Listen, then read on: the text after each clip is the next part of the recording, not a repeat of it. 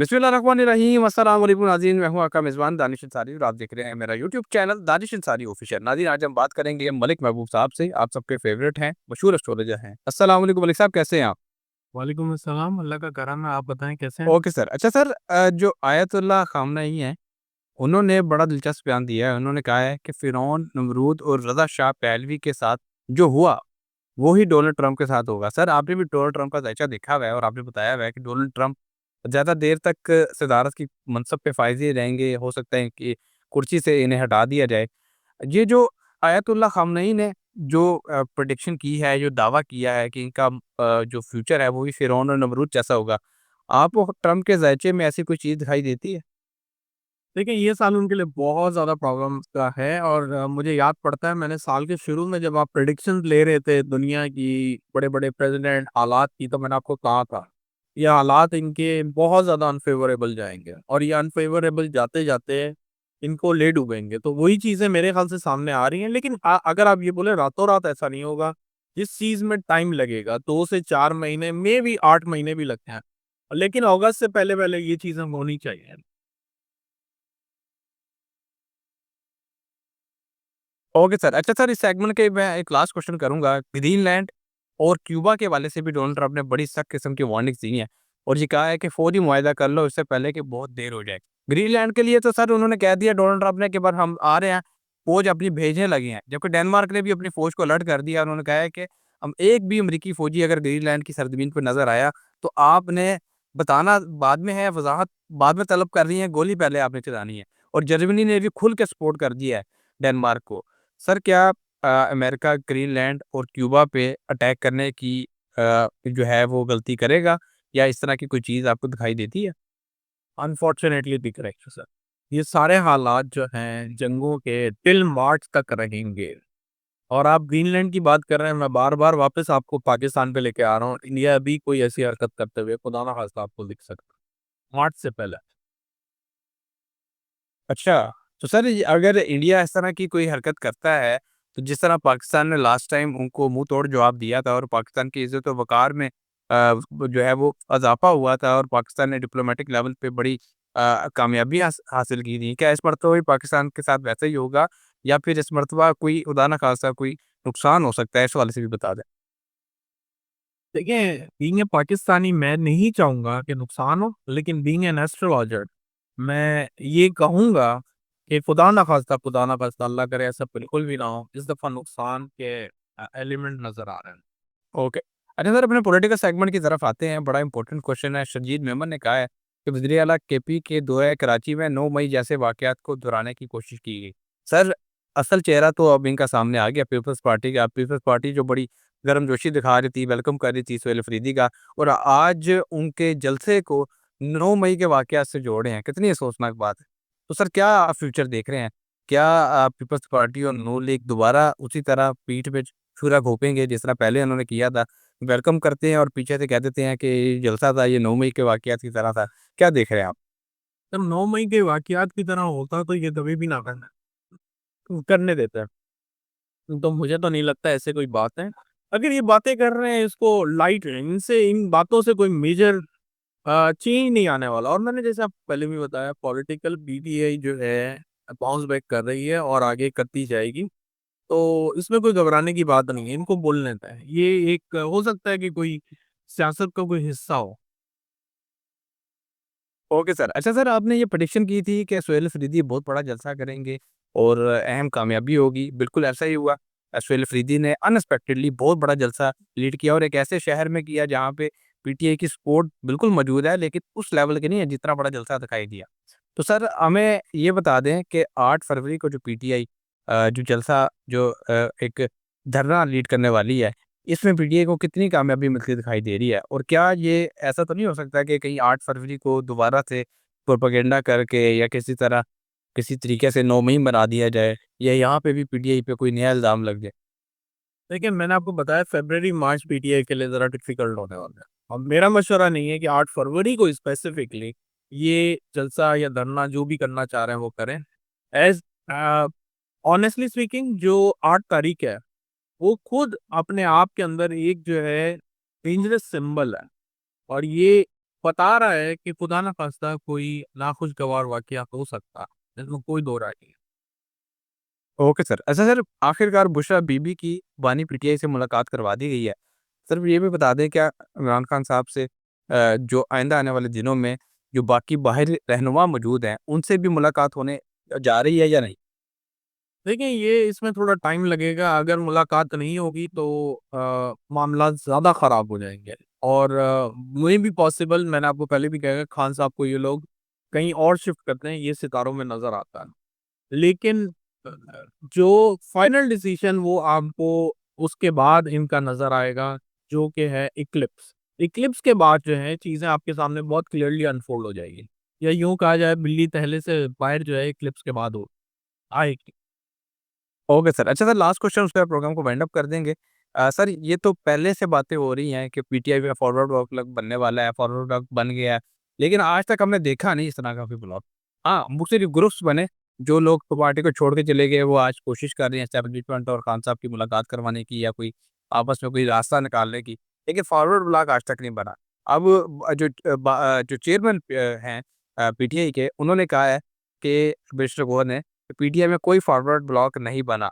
तो सर आपको क्या दिखाई दे रहा है? ज़ायचा क्या बता रहा है? ज़ाहिर है ज़ायचे के अंदर कोई अंदरूनी खबर भी मौजूद होती है कि क्या वाक़ई पीटीआई के अंदर अंदर खाने कोई ऐसी कोशिश हो रही है फॉरवर्ड ब्लॉक बनने की या नहीं? सर, कोशिशें बहुत हुई हैं, तोड़ने की भी हुई हैं और आगे आगे भी चलती रहेंगी। लेकिन जैसे मैंने बताया एक ट्रांसफॉर्मेशन का पीरियड खत्म हो चुका है। अब घबराने का कोई मसला नहीं है। अब जो भी ऐसी हरकत करेगा वो खुद ब खुद साइडलाइन हो जाएगा या निकाल दिया जाएगा। अब वो वाली काम नहीं होंगे जो पहले ढाई साल हुए हैं। तो जो टाइम चल रहा है उसके हिसाब से तो मुझे ऐसा लगता है कि पीटीआई के लिए आने वाले दिन अच्छे हैं। लेकिन फ़रवरी, मार्च बहुत इम्पोर्टेंट है। इनको बहुत सोच समझ के, बहुत ख़्याल से कदम उठाने चाहिए। स्पेसिफिकली ऐसी डेट्स जो कि शो कर रही हैं अपने आप के अंदर कि ये डेंजरस है, उसमें से कोई भी इक़दाम नहीं उठाने चाहिए इनको। ईरान के हवाले से पेंटागन ने आज ब्रीफिंग दी है डोनाल्ड ट्रंप को और कहा बताया है कि ईरान में हुकूमत का तख्ता पलटने के लिए या उनके खिलाफ कार्रवाई करने के लिए क्या ऑप्शंस जो हैं वो ज़ेर गौर ला सकते हैं। इसके अलावा डोनाल्ड ट्रंप ने आज एक ट्वीट किया है, उन्होंने कहा है कि ईरान के मुहिब वतन लोग एहतजाज जारी रखें, अदारों पे कब्जा कर लें, मदद पहुंचने वाली है। दूसरी तरफ ईरानी आर्मी चीफ ने कहा है इसराइल के साथ गुज़श्ता जंग के मुकाबले आज हम बहुत ज़्यादा ताकतवर हैं और ईरान के सुप्रीम लीडर ने कहा है कि ईरान की तरफ बढ़ने वाला हर हाथ हम काट देंगे। यानी कि सर दोनों तरफ से मामूलात ख़राब हैं और उर्दू में इसके लिए एक इस्तेलाह इस्तेमाल होती है, दो ब दो जंग। यानी कि दोनों तरफ से जंग हो रही है। दोनों तरफ से अभी हवाई फायरिंग हो रही है, अल्फ़ाज़ की, लफ़ाज़ी इस्तेमाल की जा रही है। सर मुझे ये बताएँ कि आइंदा आने वाले दिन कितने अहम हैं? क्योंकि यूँ महसूस होता है कि बस अब जंग जो है छिड़ने ही वाली है। आपको क्या दिखाई देता है? सितारों की चाल क्या बता रही है? सर, अब से लेके अगले 4 घंटे बाद मून स्कॉर्पियो में ट्रांज़िट करेगा और जब भी मून स्कॉर्पियो में आता है, वो कुछ ना कुछ ऐसी इवेंट लेकर आता है जो दुनिया ने नहीं सोचे होते या कुछ ऐसी वॉर और सिचुएशन बना देता है, जो हम लोग एंटिसिपेट कर रहे हैं। तो मुझे नहीं पता ये वीडियो हमने कब अपलोड करनी है, लेकिन अब से लेके 4 घंटे बाद मून स्कॉर्पियो में आ जाएगा और हो सकता है आपकी वीडियो अपलोड होने से पहले हमला हो जाए। क्योंकि मून ने स्कॉर्पियो में आना है, स्कॉर्पियो का जो मार्स है, वो जिस प्लैनेट के साथ अलाइन हुआ होगा, उसके अंदर सिर्फ़ तबाही दिखती है। अल्लाह करे इसमें बचत हो जाए क्योंकि जंग में जो सबसे ज़्यादा नुकसान होता है वो जानी मतलब जान का नुकसान ज़्यादा नज़र आता है। हलाकतें ज़्यादा नज़र आती है और ये जंग बहुत ज़्यादा मिडल ईस्ट के खित्ते को लपेट में लेगी, ये बात याद रखिएगा। अमेरिका कूद तो रहा है लेकिन ये मिडल ईस्ट को लपेट में ले लेगी। इसमें जैसे मैंने आपको बताया तुर्किया जो इधर हमारे अरब कंट्रीज़ हैं, यूएई, कतर, सऊदीया ये सारों के रीजन भी डिस्टर्ब होते हुए नज़र आ रहे हैं। तो अल्लाह करे मैं यही कहूँगा कि ये जंग आगे ना बढ़े लेकिन यहाँ से लेके टिल 17-18 जनवरी बहुत ज़्यादा क्रिटिकल हालात दिख रहे हैं। Okay sir. अच्छा तो सर बड़ी अहम बात ये है कि ईरान पे पाबंदियाँ लगी हैं, उसके समेत ईरान से तिजारत करने वाले जितने भी ममालिक हैं, उन पे भी पाबंदी आयद कर दी गई है डोनाल्ड ट्रंप की तरफ से और चीन ने इस पे बड़ा सख्त रद्द-अमल दिया है। चीन ने कहा है कि ये जितनी भी धमकियाँ दी जा रही हैं अमेरिका की तरफ से, ये गलत है और अमेरिका अगर इनके खिलाफ कोई कार्रवाई करता है तो ईरान भी हमला करने का या अपना दिफा करने का हक महफूज रखता है। जबकि रशिया ने भी इसी तरह का बयान दिया है। रशिया ने कहा है कि ईरान पर अमेरिकी हमले की धमकियां नाकाबिले कबूल हैं। अमेरिका बेअमनी को बहाना बनाकर दोबारा हमला ना करे। सर मुझे ये बताएं कि वेनेज़ुएला में तो हमने देखा जब अमेरिका की तरफ से अटैक किया गया और उनके प्रेज़िडेंट को अरेस्ट किया गया, तो चीन और रूस सामने नहीं आए, ना उनकी तरफ से कोई बाकायदा कोई क्लियर मौक़िफ़ अख्तियार किया गया। लेकिन ईरान के हवाले से बड़े तहफ़्फ़ुज़ात रखते हैं दोनों ममालिक। क्या रिटेलिएट कर सकता है ईरान, और क्या ईरान के रिटेलिएट को ये दोनों ममालिक सपोर्ट करेंगे, रूस और चीन? देखिए हर मुल्क के पीछे 2-4 ममालिक होते हैं। ये आप बात ज़हन में रखें। नो डाउट ईरान इस वक़्त बज़ाहिर अ, मतलब आपको नज़र ये आ रहा है कि वो अकेला है, लेकिन मुझे नहीं लगता ईरान अकेला है। इसके पास कम से कम 2 से 4 ममालिक हैं, 2 से 4।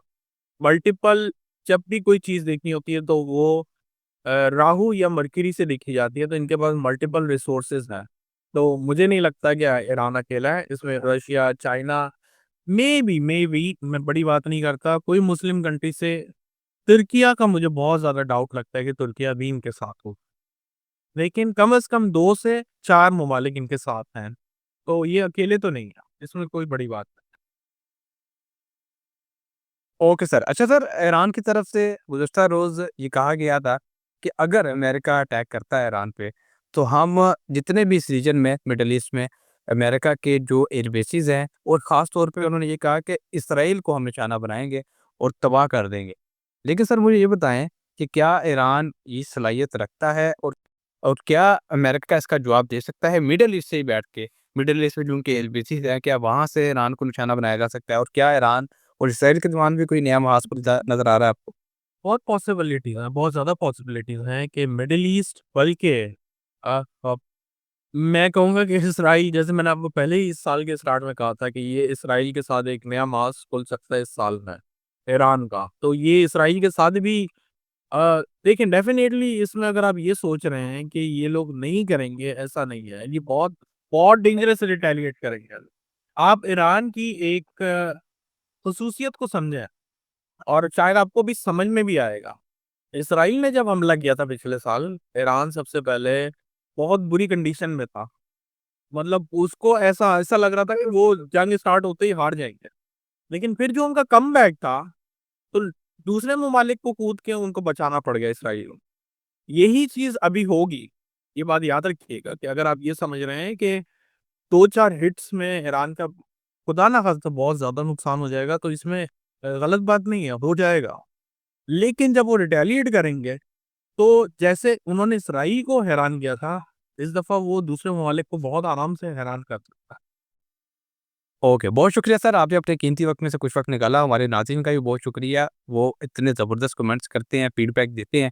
आपके सवालात को हमने आज के प्रोग्राम में शामिल किया। अपना फीडबैक देते रहा करें कमेंट्स बॉक्स में, अपने कमेंट्स, अपने सवालात पूछते रहा करें। इंशाल्लाह नेक्स्ट वीडियो में ऐसे ही दिलचस्प टॉपिक के साथ दोबारा पेश होंगे। अगली वीडियो तक के लिए मुझे और मलिक महबूब साहब को इजाज़त दीजिए। अल्लाह हाफ़िज़।